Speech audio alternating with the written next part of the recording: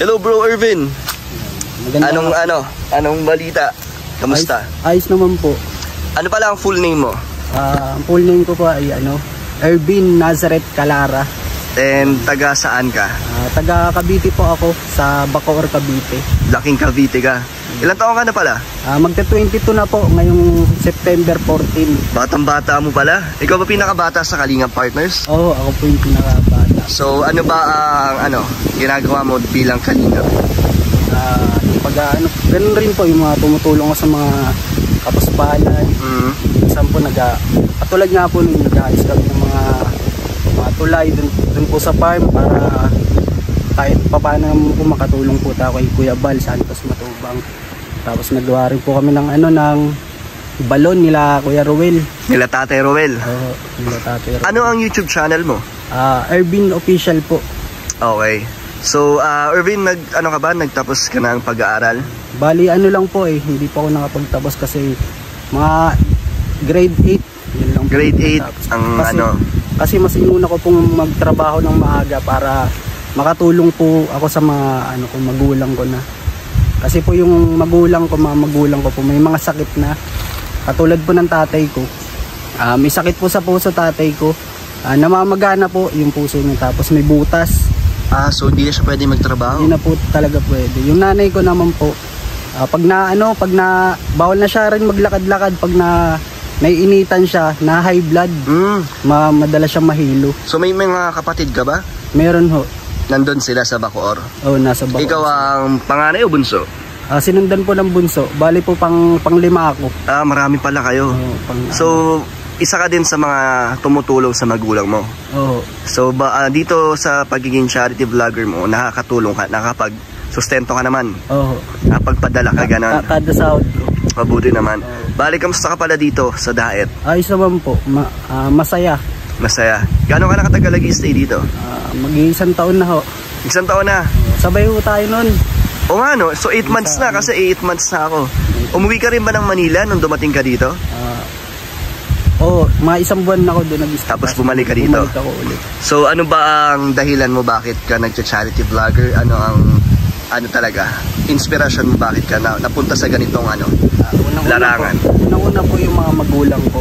Ayan. Tapos gusto ko po talagang makatulong sa mga taong nangangailangan kasi danas ko po yung nila na yung hirap nila kasi mahirap din naman po ako, kaya ginusto ko pong mag-vlog para kahit paano po ay makatulong na po ako sa mga nangangailangan na tao at syempre sa pamilya ko po. So ngayon kamusta naman ang pagiging charity vlogger mo? Ayos naman po, masaya na nakikita ko silang kahit maliit na bagay, napapasaya ko sila. Kahit maliit lang, masarap sa pakiramdam na may tulong ka na naibigay. Na nakikita ko silang masaya dahil sa binigay ko. So ngayon Irvin, ikaw din ang isa sa mga kumakanta sa Kalingap, 'di ba? Isa ka sa mga nag-compose. Sa mga ibang partners din, 'di ba? May ginawa kang kanta. Halos lahat po. Halos lahat ng mga charity vlogger ako po gumawa. Pati sila Virgilin Curse, kila Archie Hilario ako pong gumawa. Wow, mga malalaking YouTuber pala yung mga nagawan mo ng kanta. So ano yan, talent mo ba talaga yung paggawa ng kanta at pag-rap? Talent ko po talaga matagal na. Kailan pa nagsimula ang talent mo na yan? Nung bata ka pa lang? Simula nung 12 years old pa lang po ako. Okay. Hilig ko na po talagang mag-rap. Ganito po kasi yan para makapag-record ako. Yung totoo po, nangangalakal po talaga ako noon para may pang-record ako. Kasi ang bayad po sa record, 300 pag nag-record ka po. So mangangalakal ka para may pang-record? May pang-record ako. Okay. Talagang inaano ko po. Kahit inaasar ako ng mga kaibigan ko, yung iba po mga kamag-anak ko, wala kang mapapala dyan sa pagrarap mo, Irvin. Inaasar pa ako. Lumpia rapper. Tapos kung ano-anong kung lalait. Hindi ko po pinansin yun. Nagtiwala ako sa sarili ko at sinamahan ko ng dasal. Okay. Tinuloy-tuloy ko lang po yun, yung yung pagrarap ko. Tapos tingnan mo ngayon, ang layo na narating mo rin. Dahil sa pagrarap ay nakakatulong na ako sa magulang ko at sa mga ibang tao. At marami na rin po akong napasaya dahil sa aking pagrarap. At syempre hindi ka tumigil at naniwala ka sa sarili mo. Syempre nagtiwala rin po ako sa Diyos na hindi niya po ako papabayaan. Tsaka napakagaling mo rin kasi mag-rap. Talagang may talent. Yan. Kung tutusin po, pag gumagawa po ako ng kanta, matagal na po yung 2 oras o 3 Sa paggawa. sa paggawa ng kanta. So, paano mo kinukuhanan ng kanta ang isang tao, kunyari, nagpagawa sa'yo? Paano mo ginagawan to ng lyrics? Pinag-aaralan ko po yung YouTube niya. So, inaaral mo yung pagkatao rin niya? Inaaral ko po muna bago ko gawan. Tama, magaling. Pinapanood ko po muna yung YouTube niya kung anong mga content niya, ginagawa niya. Doon mo binabase? Doon ko po binabase yung kanta. Ngayon, Irvin, sa pag-charity mo, meron din bang mga sinasabi sa'yo na hindi magaganda ang mga kamag-anak o kaibigan mo? Wala na po. Wala na. Suporta na sila sa'yo? Yung iba nga po natutuwa yung dating mga masusungit sa akin ngayon, halos yakapin na ako. Mabuti naman ganun. Maraming na pong natutuwa sa akin sa mga ginagawa. Malaki rin ba na bago ng buhay mo nung dumating ka dito? Sobrang laki po kasi nakakatulong na po ako sa magulang ko. Nakaka-provide ka na. Tapos gusto mo pa yung ginagawa mo.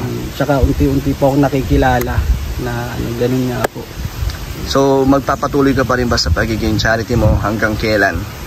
Sa tingin ko po, para sa akin ay abang buhay na to kasi nasimulan ko na po Itutuloy mo na hanggang tumanda ka? Opo, nandito na po ako sa mundo ng YouTube. Yan, hindi ko na po ititigil to. Mabuti naman. Ano ba dati mong trabaho bago ka naging YouTuber? Ganito po kasi dati pa akong construction. 12 years old pa lang po ako noon. Pumapasok na ako sa mga ganong trabaho. Mabibigat. Grabe, di maliit ka pa nun. Maliit pa ako niya. Sumasama ako sa mga barkada ng kapatid ko para makapag kahit pa paano binibigyan ako 150, masaya na ako din. Anong ginagawa mo sa sahod mo? Bumibili pa ako ng minsan bigas, tapos minsan yung 50 pinagtatabi ko para pang rin po doon, para pang record ko. Iniipon ko po yun ng paunti-unti. So talagang passion mo ang pagkanta? Kumbaga adik na adik po talaga ako sa tapos halos laman nga po ng cellphone ko puro rap yung na yun. Ang aga mo pala nagsimula magtrabaho, no? So napakabata mo pa. Batang bata pa po. Naranasan ko nga po magtrabaho na 80 kilos. Binubuhat mo? Binubuhat ko po. 15 anyos pa lang po ako nun. Ang isang buhat po nun ay 50. Okay. May bayad ang pagbuhat mo. Anong binubuhat mo nun? Giniling na upuan sa Pampanga. Okay. Isang truck po yun. Pero marami naman po kami. Kung sino yung pinakamaraming nabuhat, siya yung pinakamaraming sasahurin. Kasi isang sako ng 50. Pero napakapagod nun. Pagod po talaga. Pagod ka talaga nun. Minsan nga po, nagkaka-stiff leg po ako. Hindi gumagalo, hindi ko maano yung leg ko. So ngayon, Irvin, paano ka napunta dito sa diet kay Kuya Val? Sa nagsimula? Nung nanonood po kasi nanay ko ng mga mahilig po kasi manood yung mga magulang ko ng mga nagbablog, yung mga charity vlogger. Hanggang sa napanood ko po si Kuya Val na nakikita ko po yung mga ginagawa niya sa pagbablog niya. Kumbaga nakakatuwa po. Sabi sa akin ng mga magulang ko, gawan ko daw po si Kuya Val Santos ng kanta. Yan, pinag-aralan ko po talaga yun. Lahat po ng video ni Kuya Val pinanood ko. Hanggang sa ginawan ko po kinabukasan. Sinaglit ko lang po. Tapos saktong-sakto po, friend ko po si Kuya Jason, si Mr. Benty Boy. Sa kanya ko po sinend yung kanta. Tinanong ko po si Kuya Jason kung magugustuhan ba ni Kuya Val yung ginawa ko sa kanyang kanta. Hanggang sa napakinggan ni Kuya Val, nagustuhan niya naman po kasi yung nilalaman ng kanta, yun po talaga yung ginagawa niya sa mga vlog niya. Oo. Yan. So doon nagsimula na maging part ka at ang pagpunta mo dito. Hanggang sa naging sunod-sunod po yun. Bali mga kanta ko po sa Kalingap pala Kuya Val, mga nasa 20 mahigit po. Dami. Opo. So anong pakiramdam mo pag naririnig mo yung ginawa mong kanta at ginagamit nila to sa channel nila? Parang ang sarap sa pakiramdam. Natutuwa ako sa naririnig ko yung mga pinaghirapan kong kanta, pinapatugtog po nila Kuya Val na ganun. So ngayon, ano rin ang pakiramdam na nakakatulong ka na rin sa mga taong nangangailangan? Sobrang sarap po sa pakiramdam na ganun nga, nakatulad kong mahihirap ay natutulungan ko rin po kahit pa paano. At nakakatulong ko na rin sa pamilya mo. So, ano ba ang pangarap mo, Irvin, sa sarili mo? Yung nag-aaral pa po ako ay pangarap ko po talaga maging seaman. Yan, hanggang sa ganun na nga po na hindi na kaya mga magulang ko. Kumbaga, kinakapos na rin po sa budget. Kaya naisipan ko po talaga na maaga magtrabaho para kahit papaano naman po ay makatulong ako sa magulang ko. Dumating ka na ba sa point ng buhay mo kahit nung bata ka pa na parang gusto mong sumuko o bumigay kasi namulat ka agad sa kahirapan? Yung totoo po, aminin ko na po. Dati po, talagang ang bigat-bigat na ng loob ko, pakiramdam ko wala na akong kakampi, wala nang parang naisipan ko lang po na ano ba tawag din niya? Yung may tali. Magbigti. O, ganun. Gusto mo naman suicide. Kumbaga, naiisip ko wala na talaga akong kakampi. Ganun. Sa hirap ng buhay. So, paano mo nilabanan yan? Kumbaga, nilibang-libang ko na lang yung sarili ko. Katulad ng paggagawa ko ng kanta. Okay. Hanggang sa na ako, na addict talaga sa buti na lang po ay na-addict sa paggawa ng kanta. Doon ako na pag-ano ng kanta. Doon mo na yung attention mo na parang ito yung purpose mo at yung talent mo, ito na yung ginagawa mo talaga. So nakatulong naman yun. Nakatulong naman. Hanggang ngayon. Hanggang ngayon po. Ano na lang ang ma-advise mo sa mga kabataan na dumadaan din sa pinagdaanan mo? Anong mabibigay mo sa kanilang inspirasyon? Ayaw ko lang po sa kanila na kahit gaano kahirap ng buhay, laban lang po tayo at lagi po tayo magtiwala sa ating mahal na Panginoon. Okay. At lagi po nating isipin yung ating mga mahal sa buhay. Yan. Anong mensahe mo naman sa mga sumusuporta sa iyo at sa buong Kalingap? Sana po ay lagi niyo po akong suportahan at wag po kayong magsasawa sa na panoorin po mga nilalabas ko pong video sa mga premiere ko po. Yan. Sana po lagi niyo po akong suportahan. Okay. Sa mga Kalingap partners at sa buong Kalingap?